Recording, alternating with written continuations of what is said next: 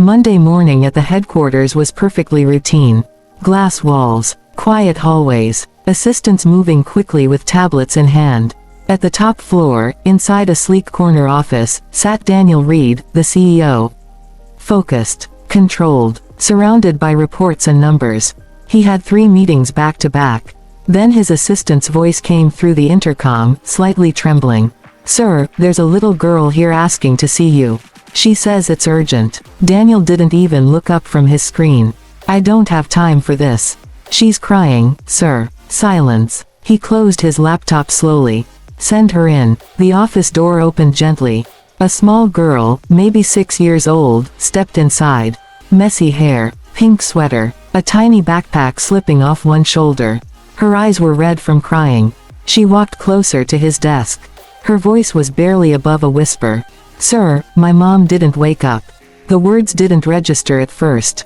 Daniel blinked. "What do you mean?" "I tried to wake her, I shook her, but she won't open her eyes." The color drained from his face. He stood up immediately. "Show me, now." For the first time in years, his voice carried no authority, only urgency.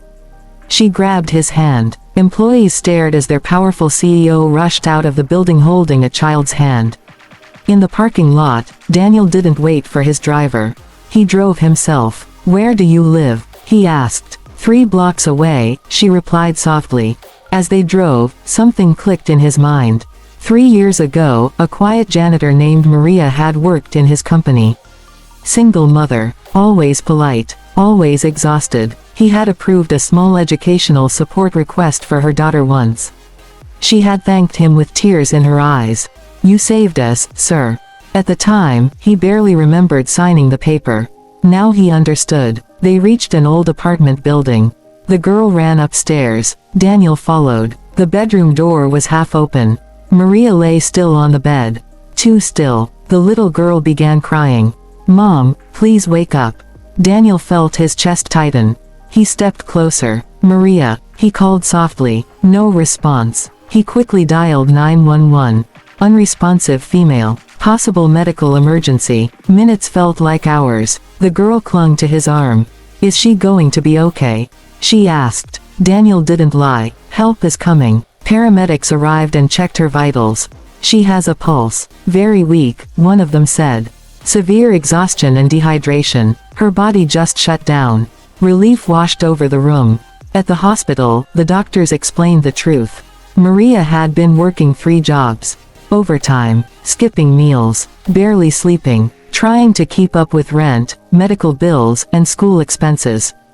Daniel sat quietly in the waiting area. Expensive suit, luxury watch. But in that moment, none of it mattered. The little girl sat beside him.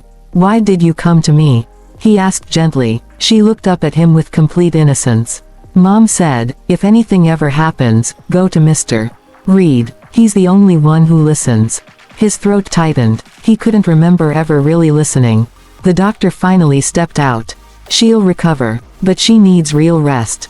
And less stress." The next morning, an unexpected email was sent company-wide.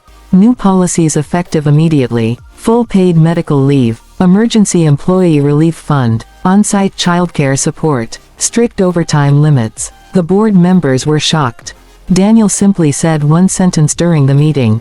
"If my employees collapse while building my company, then I have failed as a leader." Later that evening, Maria slowly opened her eyes in the hospital room. Her daughter held her hand. Daniel stood quietly near the door. Maria whispered weakly, "Sir." Daniel stepped closer. "From now on," he said softly, "you work one job. And your daughter's future, all. Personally make sure she never has to knock on anyone's door again." The little girl hugged him tightly. That day, Daniel Reed stopped being just a CEO. He became someone people could depend on.